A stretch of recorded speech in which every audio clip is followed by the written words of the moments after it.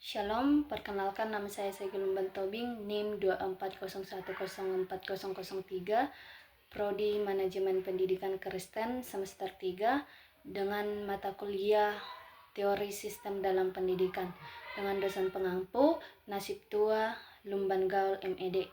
Di sini saya akan membahas 7 topik. Yang pertama yaitu esensi teori.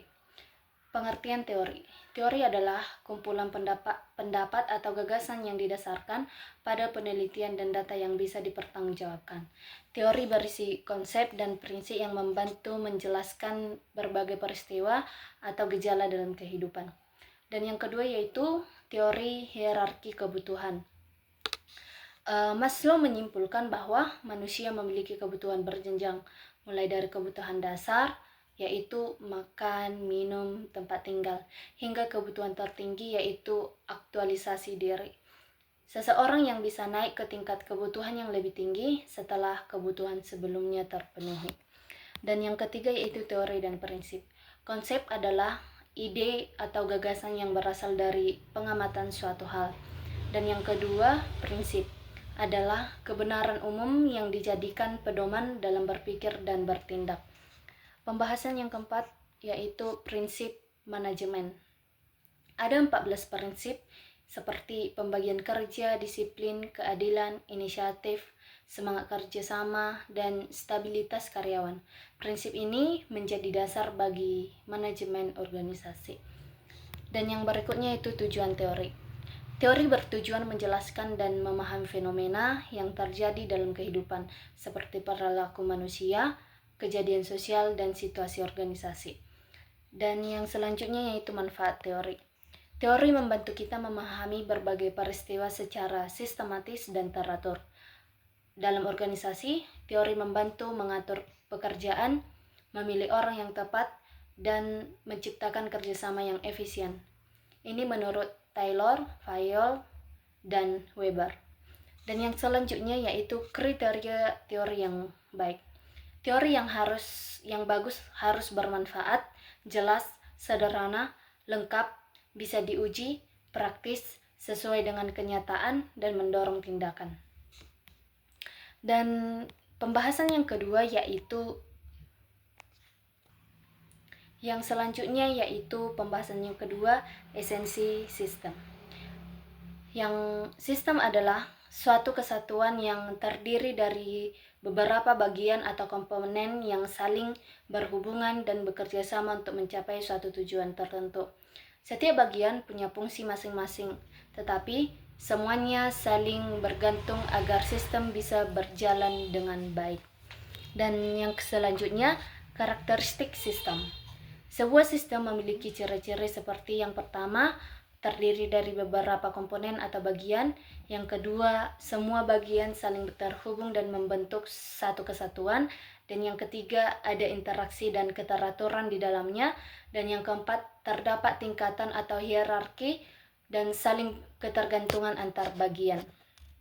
Dan yang kelima yaitu semua bagian bekerja menuju satu tujuan yang sama. Pembahasan yang selanjutnya yaitu elemen-elemen sistem. Elemen sistem terdapat yang pertama yaitu input atau masukan, yaitu sumber daya atau informasi yang masuk ke sistem. Yang kedua, proses, kegiatan yang mengubah masukan menjadi hasil. Dan yang ketiga yaitu output atau keluaran, yaitu hasil dari proses yang dilakukan. Dan yang keempat yaitu lingkungan, kondisi di luar sistem yang dapat memengaruhi kinerjanya. Dan yang kelima yaitu kontrol, pengawasan agar sistem bekerja sesuai arah. Dan yang keenam, feedback atau umpan balik. Ini adalah informasi untuk perbaikan sistem. Dan yang ketujuh yaitu batasan, pembatas antar sistem dengan lingkungannya. Yang terakhir yaitu tujuan akhir dari yang ingin dicapai sistem. Dan yang selanjutnya pembahasannya yaitu tujuan dan manfaat sistem. Sistem dibuat agar pekerjaan bisa dilakukan lebih teratur dan efisien. Dengan sistem, organisasi dapat lebih mudah mencapai tujuannya dan meningkatkan kinerja secara keseluruhan. Yang selanjutnya yaitu cara berpikir sistemik. Berpikir sistemik berarti melihat suatu masalah secara menyeluruh, bukan hanya dari satu bagian saja. Tujuannya agar kita bisa memahami hubungan antar bagian dan mencari solusi yang menyentuh akar masalahnya. Dan yang pembahasan yang ketiga yaitu manajemen pendidikan formal. Yang pertama yaitu pengertian sistem pendidikan nasional. Sistem pendidikan nasional adalah seluruh unsur pendidikan yang saling berhubungan dan bekerja sama untuk mencapai tujuan pendidikan Indonesia. Semua komponen seperti guru, siswa, kurikulum, dan sarana harus berjalan terpadu agar tujuan pendidikan tercapai. Dan yang selanjutnya, yang kedua pembahasannya yaitu komponen sistem pendidikan. Yang pertama yaitu input atau masukan adalah mencakup sumber daya manusia seperti peserta didik, guru, tenaga kependidikan, orang tua, dan pihak lain, serta sumber daya pendukung seperti fasilitas, kurikulum, buku, teknologi, dan dana. Dan yang kedua yaitu proses, adalah kegiatan belajar mengajar dan semua interaksi yang terjadi di dalam sistem pendidikan. Yang ketiga yaitu output atau luaran, yaitu hasil pendidikan yang terlihat seperti jumlah lulusan dari berbagai jenjang sekolah. Dan yang keempat yaitu outcome, dampak dari pendidikan seperti perubahan pengetahuan, sikap, keterampilan, dan perilaku siswa dalam jangka pendek, menengah, dan panjang. Dan pembahasan yang selanjutnya itu tingkat dan jenis pendidikan di Indonesia.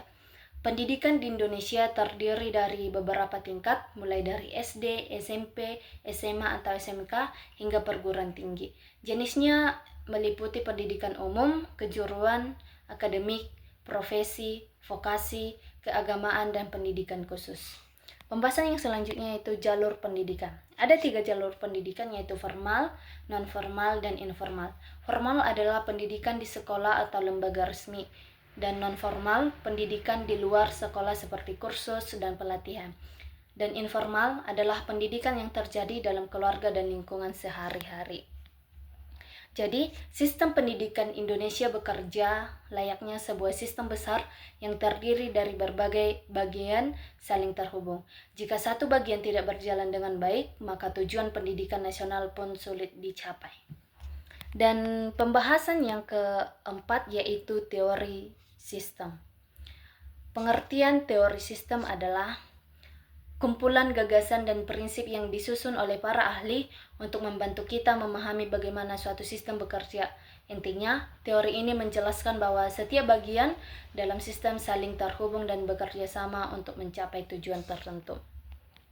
Dan yang pembahasan yang selanjutnya itu aksioma dan proposisi.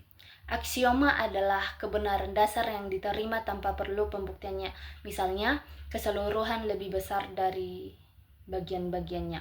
Proposisi adalah pernyataan yang bisa dinilai benar atau salah. Contohnya, jika hujan turun, tanah akan basah. Dalam teori sistem terdapat 7 aksioma utama yang menjadi dasar terbentuknya banyak proposisi. Dan selanjutnya itu 7 aksioma tersebut dalam teori sistem yaitu yang pertama, sentralisasi. Adalah sistem terdiri dari berbagai bagian yang saling berhubungan. Yang kedua, kontekstual adalah sistem yang dipengaruhi oleh lingkungan atau situasi di sekitarnya. Dan yang ketiga adalah desain, yaitu sistem dirancang untuk mencapai tujuan tertentu. Dan yang keempat yaitu tujuan. Setiap sistem memiliki sasaran yang ingin tercapai. Dan yang kelima yaitu informasi. Sistem menciptakan dan mengelola informasi. Dan yang keenam, operasional, adalah sistem menghasilkan tindakan atau kinerja nyata. Dan yang ketujuh yaitu kelangsungan hidup. Sistem mampu menyesuaikan diri agar tetap bertahan. Dan pembahasan yang selanjutnya yaitu tujuan dan manfaat teori sistem. Teori sistem membantu kita memahami bagaimana berbagai bagian bekerja bersama dalam kehidupan nyata. Dalam pendidikan, teori ini berguna untuk menganalisis masalah dan menemukan cara agar sistem pendidikan berjalan lebih efektif dan terarah.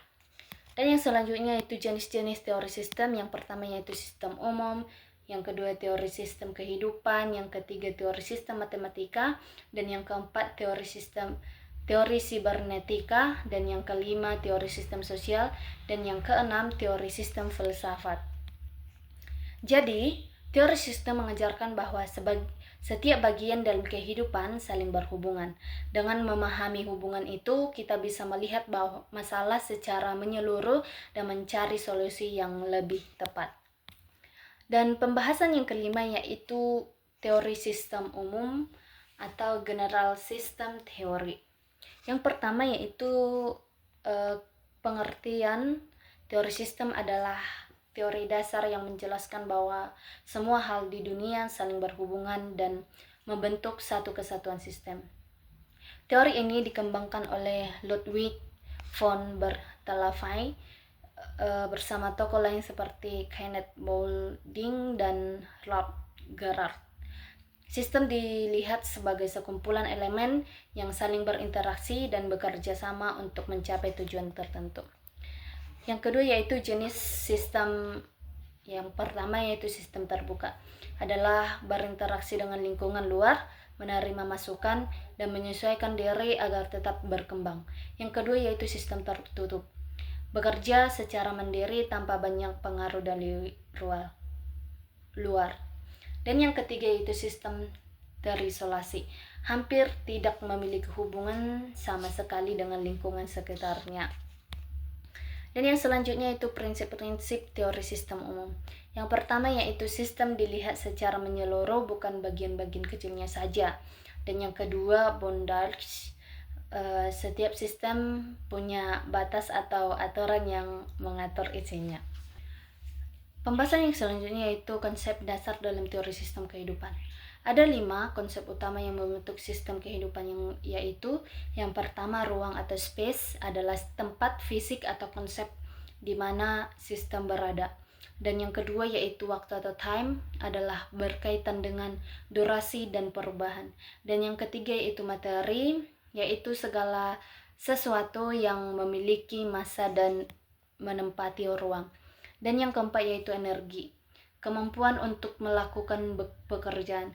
Dan yang kelima yaitu informasi atau information, yaitu pesan, simbol atau sinyal yang dikirim dan diterima dalam sistem. Dan pembahasan yang ketiga yaitu 8 tingkatan sistem kehidupan. Menurut Miller, kehidupan terbagi menjadi 8 tingkatan. Yang pertama yaitu sel, yaitu bagian terkecil penyusun kehidupan. Dan yang kedua organ adalah kumpulan sel yang bekerja bersama. Dan yang ketiga organisme adalah makhluk hidup secara utuh. Dan yang keempat yaitu kelompok adalah sekelompok individu seperti keluarga, tim. Dan yang kelima yaitu organisasi adalah kumpulan kelompok seperti sekolah, universitas, dan perusahaan. Dan yang keenam adalah komunitas, masyarakat kecil dengan kesamaan atau agama, pekerjaan, seperti itu. Dan yang ketujuh yaitu masyarakat adalah kelompok besar yang hidup bersama dengan aturan tertentu. Dan yang kedelapan, supranasional adalah hubungan antar negara seperti PBB atau UNESCO. Dan pembahasan yang keempat yaitu penerapan dalam dunia pendidikan. Dalam konteks pendidikan, teori ini dilihat sekolah sebagai sistem kehidupan. Yang pertama yaitu siswa, guru, dan staf adalah organisme yang saling berinteraksi. Dan yang kedua adalah kelas dan kelompok belajar adalah bagian dari sistem. Dan yang ketiga, sekolah dan universitas adalah termasuk level organisasi. Dan yang keempat, sistem pendidikan nasional adalah menjadi level masyarakat, dan UNESCO atau lembaga internasional termasuk level supranasional. Jadi, teori sistem kehidupan menggambarkan bahwa semua unsur dalam kehidupan, termasuk pendidikan, saling berhubungan dan bergantung satu sama lain. Setiap tingkat kehidupan berkontribusi terhadap keseimbangan dan perkembangan sistem secara keseluruhan. Demikian video saya, terima kasih.